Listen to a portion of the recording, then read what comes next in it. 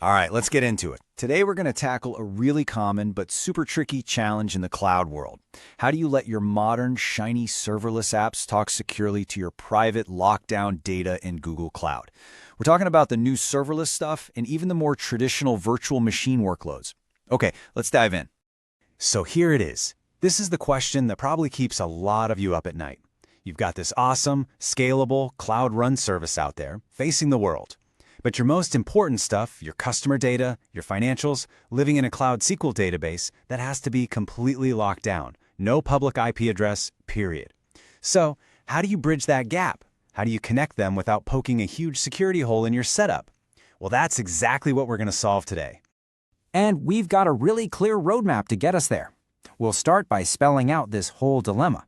Then, we'll build up our defenses, starting with firewalls. After that, we'll look at how to keep Google's own services private, and then build that critical bridge from our serverless world into our private network. And to wrap it all up, we'll see the whole pattern in action and go over the key things you absolutely need to remember. Okay, first things first. Let's really get our heads around the problem. It all comes down to this basic conflict, right? You have public-facing apps, but you have very private data, and those two things don't naturally want to mix. Just think about it for a second. Your cloud-run API, it's built to be out there, to be accessible, to scale globally. But your database, the one with all the important user data, it needs to be the total opposite. It needs to be invisible, completely isolated from the internet. Giving that database a public IP address is, let's be honest, a complete non-starter. This isn't just a nice-to-have, it is a fundamental pillar of good security. So, where do we start building this secure fortress of ours? Well, you start with the walls. The absolute foundation of your network security. And in Google Cloud, that means you have to get really, really good with VPC firewall rules. And these are not just simple on-off switches. Oh no, VPC firewall rules are this really powerful, stateful system that lets you control every bit of traffic flowing in and out of your private cloud. I love this analogy of castle walls because that's exactly what they are. They decide who can even approach the castle, who's allowed through the gate, and who's allowed to leave. All based on a very precise set of rules that you control. So how do they actually work? Well, it's a simple three-step process. First, Google Cloud looks at the priority number. Now listen up, this is the most important part. The lowest number wins. I'll say that again. The lowest number wins. A rule with a priority of 1,000 always gets looked at before a rule with a priority of 65,000. If the traffic matches that first rule's target, say a specific network tag, it applies the action, allow or deny, and then it stops. The logic check is over. So you see, a very specific low-number allow rule can safely poke a tiny, controlled hole in a very broad high-number deny rule. And this table right here shows that logic perfectly. Look, we've got a default deny all outgoing traffic rule way down at priority 65,534. But we also have another rule way up at priority 1,000. A much higher priority that says, hey, if a virtual machine has the SQL client tag, you are allowed to talk to Cloud SQL. This is exactly how you do least privilege networking. You deny everything by default, and then you only open up the specific paths that are absolutely necessary. And these rules are super flexible. You can apply them to traffic coming in or going out. You can target your VMs with simple tags, or you can get even more secure and use service accounts for identity-based control. And please do not forget to turn on logging. I'm telling you, it will be an absolute lifesaver when you're trying to troubleshoot something or when the security team comes asking questions. Okay, so our castle walls are up, they're strong, but what if the people inside our castle, our virtual machines, need to talk to other Google services like BigQuery or cloud storage? Do they have to go out the main gate and onto the public internet to do that? Nope, and this is where private Google Access comes in.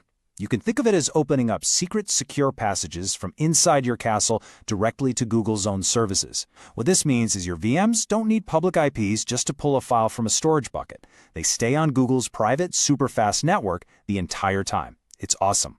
And that brings us to the absolute heart of our original problem. How do we get our serverless function, which, remember, lives outside our VPC castle, to talk to things inside of it? This is where the real magic happens. This is the serverless to VPC bridge. Now, before we go any further, let's clear something up, because this is a super common point of confusion. Private Google Access, the thing we just talked about, is for things inside your VPC reaching out to Google APIs. Serverless VPC access, what we're talking about now, is for things outside your VPC, like Cloud Run, to get into your private resources, like your database. See the difference? One goes out, the other comes in. They solve two completely different problems. So the serverless VPC access connector, it's like a highly controlled, super secure drawbridge into your castle. It's a resource that actually lives inside your network, and it gives your serverless code a private IP address from your VPC. Now, your Cloud Run service can send its traffic right over this drawbridge directly to your private database, just as if it was another machine sitting right there inside your walls.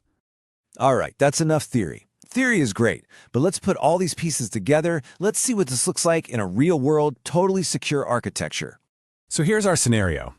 We built a cool new API using Cloud Run. It takes requests from anyone on the internet.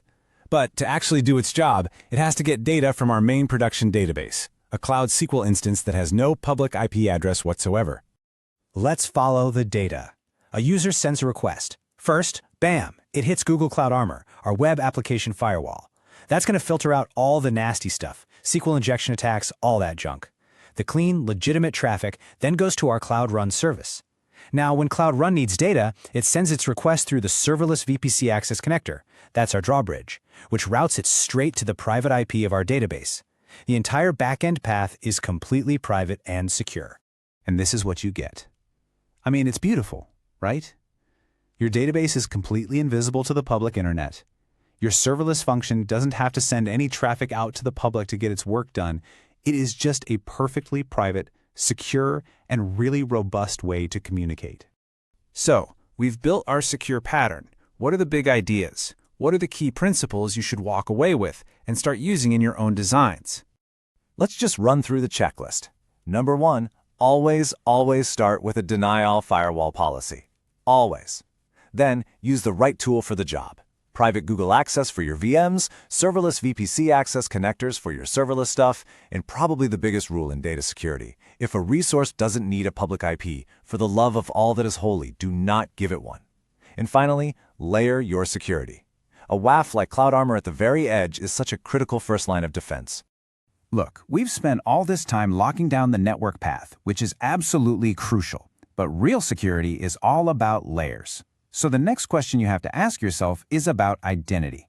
Okay, so a request came from inside your network, but how do you know it came from the right service? How do you prove it's allowed to be there? Well, that's a whole other topic for another day, a deep dive into IAM and service accounts. Thanks for tuning in.